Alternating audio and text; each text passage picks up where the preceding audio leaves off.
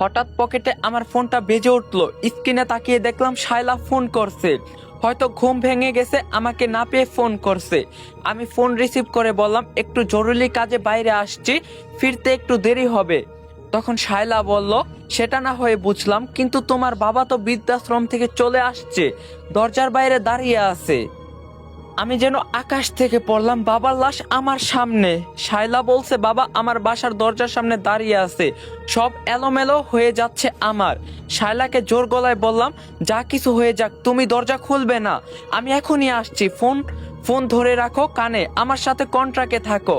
এই বলে লাশ রেখে আশ্রম থেকে দৌড় দিলাম।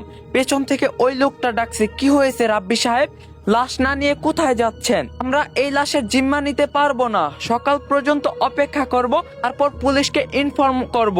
কথাগুলো শুনেই পিছন ফিরে তাকালাম না। আমাকে বাসায় যেতে হবে যত তাড়াতাড়ি সম্ভব। শায়লার জীবন হুমকির মুখে। ওপাশ থেকে শায়লা বারবার জিজ্ঞাসা করছে, কি হয়েছে, তুমি এমন করছো কেন, ঠিক আছো তো? আব্বা বারবার দরজা ধাক্কা দিচ্ছে, খুললে সমস্যা কি? এখন আমি বললাম, তোমাকে যা বলছি তা করো, দরজা খুলবে না, ওটা আমার বাবা না, তার দিকে নজর রাখো, আমি এখনই আসছি। তখন শায়লা বলল, মানে কি বলতে চাচ্ছ, তুমি যা বলার ক্লিয়ার বলো।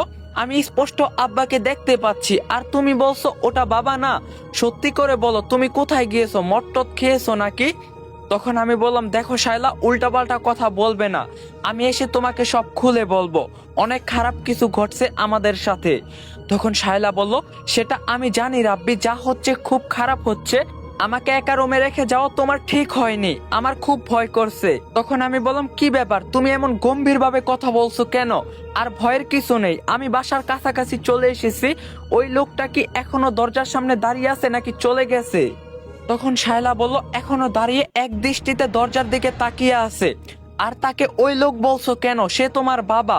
আমি যাচ্ছি দরজা খুলতে, বেচারা বৃষ্টিতে ভিজে কি অবস্থা হয়েছে দেখে খুব মায়া লাগছে। তুমি যা বলার বাসায় এসে বলো। তখন আমি বললাম, খবরদার শায়লা, আমার কথা শোনো, ওই লোকটা আমার বাবা না, আমার বাবা মারা গেছে, দরজা খুলবে না তুমি আমি না আসা পর্যন্ত। ওপাশ থেকে আর কোনো আওয়াজ এলো না। আমি ফোনটা হাতে বাড়ি দিচ্ছি বারবার, হ্যালো শায়লা, কথা বলছো না কেন?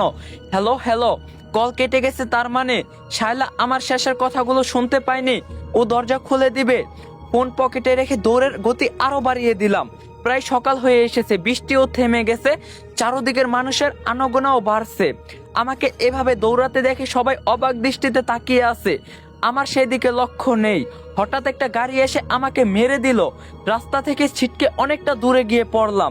এক মুহূর্তের জন্য সবকিছু ঝাপসা হয়ে গেল। আধো আধো